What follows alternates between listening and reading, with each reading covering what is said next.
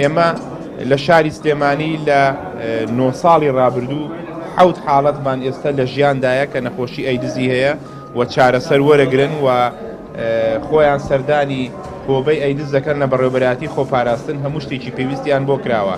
لەم 9 ساڵە ئێمە 54 حاڵەتی بیانی هەبووە کە نەخۆشی ئەیدزی بۆ کە گەڕاندومانەتەوە نەمانێشتوە لە شاری سلێمانی بمێنێتەوە و ئێستا 7 حاڵەت هەیە کە لە ژیاندان و چارەسەر وەرەگرن. بەشێکمان هەیە بەشی ئەیدزە کە نەخۆشەکان سەردانی دەکەن. دووهەم پشکنینی پێشوەختمان کردووە بۆ هەموو ئەو ژن و مێردانەی کە زەواجیان کردووە.